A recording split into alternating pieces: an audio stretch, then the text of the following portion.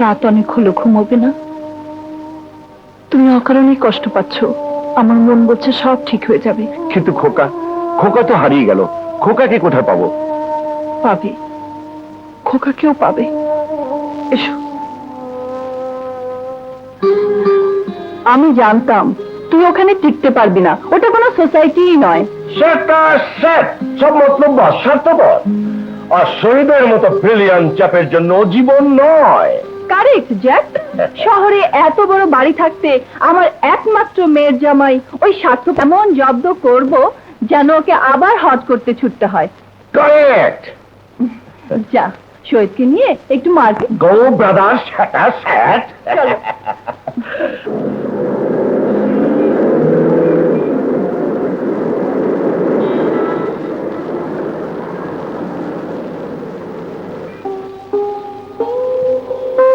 মা, তোমাকে দেওয়া কথা আমার জীবনের অনেক বড় ত্যাগের বিনিময় রাখতে পারলাম না। আমাকে তুমি ক্ষমা করে দিও মা, ক্ষমা করে দিও। মিনা, মায়ের শেষ ইচ্ছা আমি পূরণ করতে পারলাম না। ওদের ওদের কাউকে আমি ধরে রাখতে পারলাম না।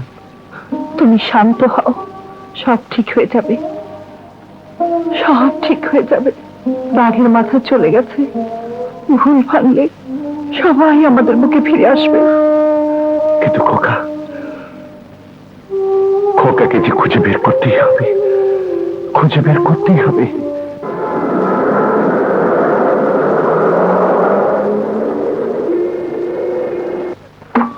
লসের কারণ তাহলে এই, আমার ওষুধ কোম্পানির কেমিক্যালসের সাথে drugs import. I mean smuggling. Manager সাহেব আর তার বন্ধু মিলে এসব করছে। আমাকে আগে বলেননি কেন? জি, ভয়ে। ওরা মাস্তান বাহিনী, মুখ খুললে খুন করে ফেলবে। আমি নিজে গোডাউন চেক করে পুলিশে খবর দিচ্ছি।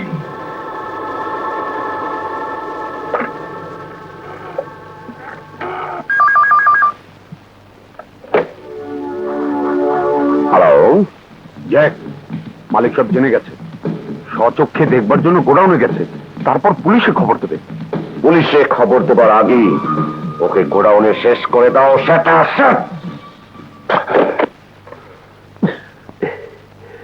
ড্রাগস? আচ্ছা, এই যে ভাই, কি চাই? আমি একটু মালিকের সঙ্গে দেখা করব। চাকরি খালি নাই। আরে ম্যানেজার সাহেবের হুকুম, যা আছে তাই ছাঁটাই হবে। কোম্পানির এখন লস চলছে। এক্ষুনি পুলিশে ফোন করতে হবে। সে সুযোগ পাবেন না স্যার। আপনার কৌতূহল এখনই মিটে যাবে। বেঈমান, কে আছো বাঁচাও। কেউ আসবে না। আমার ক্ষমতা ওরা জানে। বুঝতেই তো পারছেন, এরপর তো আর আপনাকে বাঁচিয়ে রাখা যায় না। আপনি বাঁচলে আমরা মরব, আপনি মরলে আমরা বাঁচব।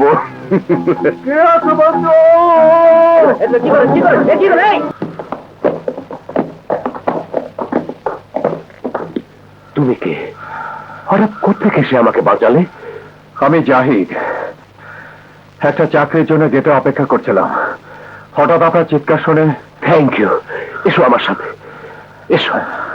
কোম্পানির দেখাশোনার সমস্ত দায়িত্ব এই জাহিদ হোসেনের উপর। তোমরা সবাই এর নির্দেশে কাজ করবে। ঠিক আছে চাচা, ওই জাহিদ শালা কত বড় বদমাশ দেখলে? নিজের ভাবির ইজ্জত নিতে চেয়েছিল, গেল তো শালাদের গোষ্ঠীর বড়াই আর সংসার ভেঙে। কি হলো, ঠিক বলিনি? আমার বিশ্বাস হয় না, কোথাও একটা সিরিয়াল মতো গন্ডগোল আছে। বাধ্য ওসব। এবার আমার বিয়ের কথা বলো। বলেছি তো সিরিয়াল মতো হবে। তাহলে কাল পরশুর মধ্যে একটা তারিখ করে ফেলো। তারিখ? এত সকালে কেন? জাহিদ ফিরে আসুক তারপরে হবে। আবার ওই শালার নাম। তাহলে এ পর্যন্ত 15,000 টাকা গুনে ফেলো। হ্যাঁ, এই যে তোমার স্ট্যাম্প, সই, বাড়িঘর সব বন্ধক। তোমাকে পথে নামাবো, পথ থেকে শুধু তোমার মেয়েটাকে আমার ঘরে নিয়ে তুলবো। মানে মানে রাজি হও, নইলে জোর করে আমি আশাকে বিয়ে করব। দুকুল যাবে ভেবে দেখো। তুই তুই একটা আস্ত ইবলিশ, আমাকে ফাঁদে ফেলেছিস। যা, আশার বিয়ে তোর সঙ্গেই হবে। আমার সিরিয়াল তুই এবার জাম করে দিবি। না, ওকে আমি বিয়ে করব না। আমি বিয়ে করবো জাহিদকে। চুপ, তুমি নিজের বিয়ের কথা বাপের মুখের উপর বলিস? তোর বিয়ে টিক্কা সাপে হবে। যা, ঘরে যা, না ঘরে যা, আজ থেকে তোর বাইরে যাওয়া বন্ধ। বাবা, শোনো। চাচা, অবস্থা ভালো না। পাখি উড়াল দেবার আগেই শিকল দিতে হবে। আমি এক্ষুনি যাচ্ছি কাজী আনতে। এই নাও টাকা, ধরো, আজ সন্ধ্যায় বিয়ে হবে।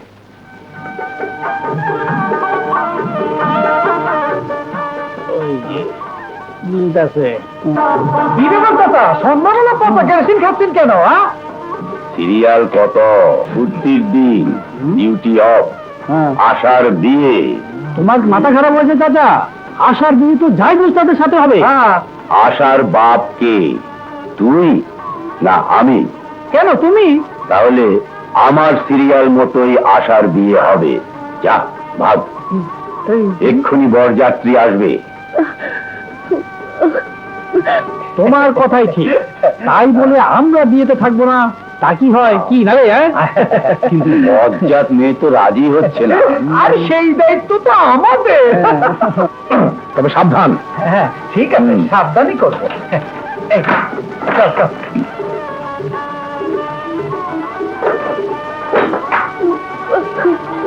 আশা, আরে আশা, শুন শুন, আরে শুন। বাবা আমাকে জোর করে। হয়নি, আমরা যখন এসে পড়েছি, ব্যবস্থা তো হবেই। আর কোনো চিন্তা নাই। কে রাজি হলো? পাগলামি করিস না, চাচা ঠিকই করেছে। আর জাহেদ কোথায় গেছে পাত্তা নেই, আর ফিরবেও না।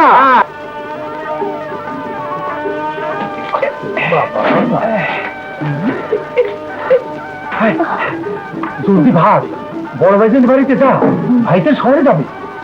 শোন, ভাই গিয়া ওস্তাদ ভাইরে পাইতেও পারি। আরে আমি বললাম তোর বিয়ে জাহিদ ওস্তাদের সাথে হবে। অন ভাগ, আর দেখ করে এই দেখিস কিন্তু আত্মা বাঁচাইয়া। সাবধান।